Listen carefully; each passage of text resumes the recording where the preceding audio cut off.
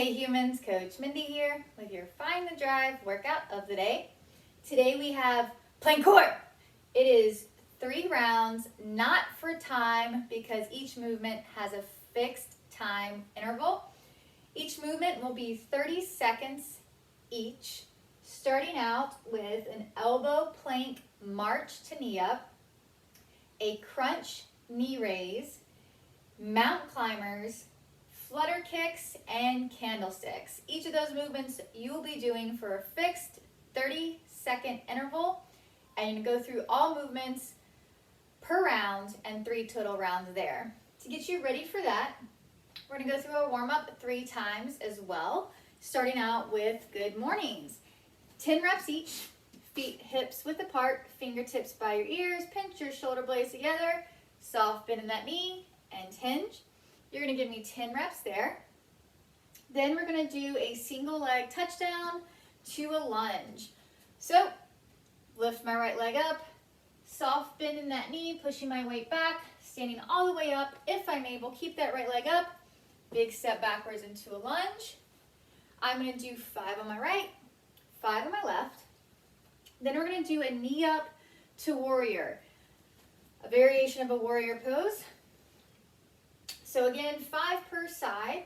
We're going to stand here, bring our knee up, and then practicing that balance, trying to get a straight line as possible, standing back up. You're not alternating. 5 on the right, then 5 on the left. So 2 movements, really focus on balance. Don't speed through these. Momentum is not the intention. Balance and control is. Your next couple of movements are going to be down on the ground, starting out with fire hydrants. So quad position, hands underneath the wrist, knees underneath the hips. You're going to give me 10 circles forward, 10 circles in reverse, and then change sides. Whatever leg is in the air, you should be pushing more weight into that hand. You should even be able to lift that opposite hand up. This ensures that we're keeping that movement in the hip and our body is not finding slack somewhere else. After 10 forward, 10 reverse on both sides, you're going to go back to that right side for our quad lateral stretch. So I'm going to walk my hands out a little bit further, keep that foot flat, driving energy down the outside of my leg to the blade of my foot. Back foot stays flat, sinking my hips, trying to get my chest low to the ground. Use the first couple of reps here to prime that inner thigh because that's where we're going to get the stretch. 10 on the right, then 10 on the left. Your next movement is going to be a prayer stretch. So your feet are touching, big toes together and flat. They're not arched up. Your knees are just outside of your shoulders. From here, keeping that chest up as much as possible. You're going to sit back towards your heels and then raise back up. Again, trying to keep that chest up. This is a controlled movement. We're not speeding through this. 10 reps there. And then standing up to finish your warm-up, 10 up downs. These can be step in, step out, or jump. Hands down, feet back, feet forward, and stand. 10 reps, 3 times through. That is going to get you ready for plank core.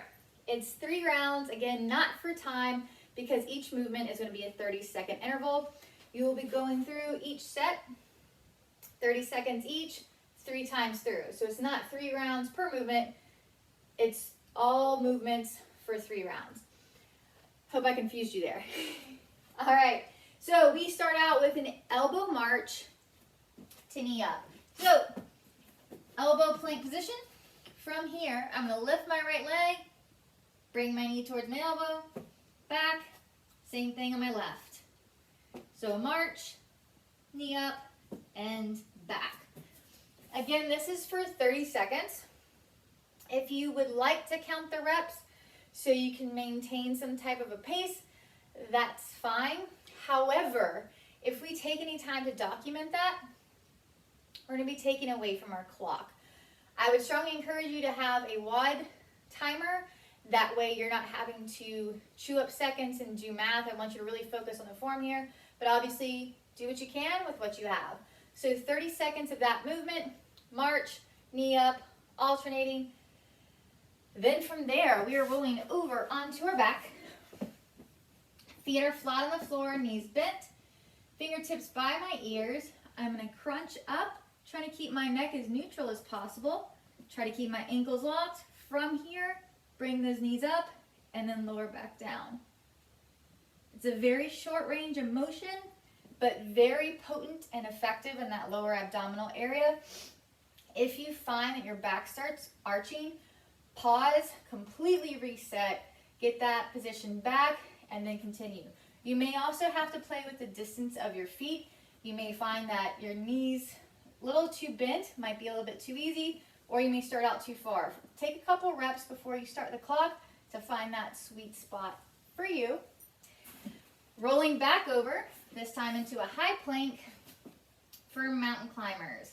This is bringing your knee towards your elbows and then trying to do it fast. 30 seconds there. I encourage you to be pacing on that and don't come out too hot. So as that 15-second mark approaches, you don't start dying out. So a pace that is challenging, but one that you can maintain. Next up, final two movements. You will be laying back on your back. Crunch up, point your toes for flutter kicks. This is 30 seconds, so you don't have to count. What is important though is that lower back stays flat. So as you crunch up, if you find yourself collapsing or your back arching, pause, reset, and then begin again.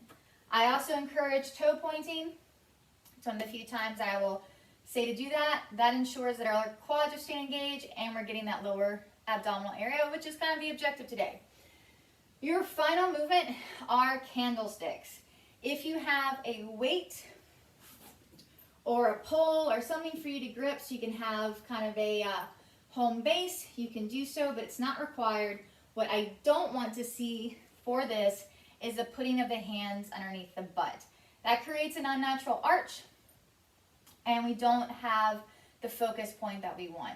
So not only do we not want to compromise our back, I want to ensure that the work being done is going to the area we want it to go to.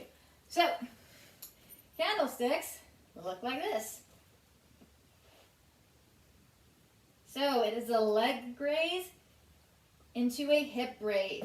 Some people find that if they are gripping something, they might pull a little bit too much, so be cognizant of that. Some people also like a target. So if you have a buddy to hold their hand out, or if you're holding on to a post or a door jamb, you can bring your feet up to tap the door jamb and then lower back down. Some things to be mindful of, that when you go up, you just plop down. Make sure that descent is as controlled as the going up, and then make sure when those legs come down that you don't allow your back to arch. Some ways we might cheat ourselves there is we might bend our knees too much, and then we're not getting the work in the core that we want. So if you're having to do this to prevent that back arch, maybe we need to reevaluate that movement. So send me a message and we can find an alternative. I really want to ensure that we're keeping this movement as strict as possible. So not a lot of high volume there in that 30 seconds, but potent nonetheless. So 3 rounds, again, not for time because you have fixed time intervals. If you have any questions or need some alternatives to these movements, please let me know. Otherwise, have a great workout.